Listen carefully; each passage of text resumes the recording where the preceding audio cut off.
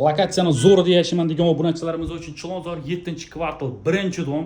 Shundoq Muqimiy ko'chadan Qatortol ko'chaga aylanishdagi domdan sizlarga mana bunaqa Euro remont 2 xona, 3 xona qilingan kvartiramizni bitta ko'rsatib o'taman, hurmatli obunachilar. Xo'p, bu yog'imizda kirish eshigimizda. Kirish eshigimizda пригоженный mebellar, razdelni sanuzelimiz joylashgan. To'g'rimizda mana bunaqa zal qismimizda. Bu yerda yumshoq zona, TV zonamiz shundoq zalga ulanib yuborilgan balkon, 1,5 ga 3 li balkonga oshxona chiqazib qo'yilgan. Bu yerda kuxonniy mebel hamda texnikalarimiz, xolodilnik, bu yerda konditsioner, gaz plita, vitishga hamma narsasi qilib qo'yilgan. Polniy sharoitlarga ega. Tashqi atmosferani ham bitta ko'rib o'tamiz.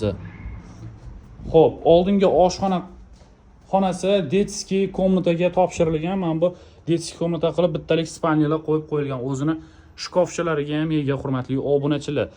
Xo'p, bu yog'imizda esa spalniya, родительский spalniya, duh spalniya qilib qo'yilgan. Bu yerda o'zini shkofi ham bor.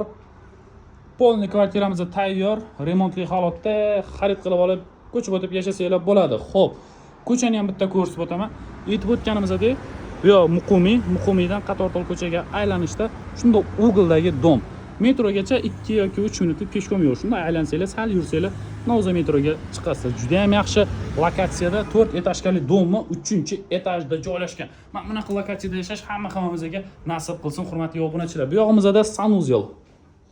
Sanuzel polniy kafeldan chiqqan, bu yerda ham hamma sharoitlari bor. Kir mashinasi, dush. Bu yerda esa hojatxona. Hojatxona hamda dush kafeldan chiqqan. Kvartiramizda 46 metr kvadrat, Euro remont, mebel texnika hamma narsa bilan sotiladi. Narxi esa $69,000, ipotekaga ham, naqdga ham bemalol beriladi. Xarid qilib olsanglar bo'ladi. Agarda kvartira sizga yoqqan bo'lsa, srazu aloqaga chiqinglar, olib kelib ko'rsataman, savdosini qilib bemalol xarid qilib olsanglar bo'ladi. Hammaga rahmat, sog' va salomat bo'linglar. Kanalimizdan aslo uzoqlashmanglar.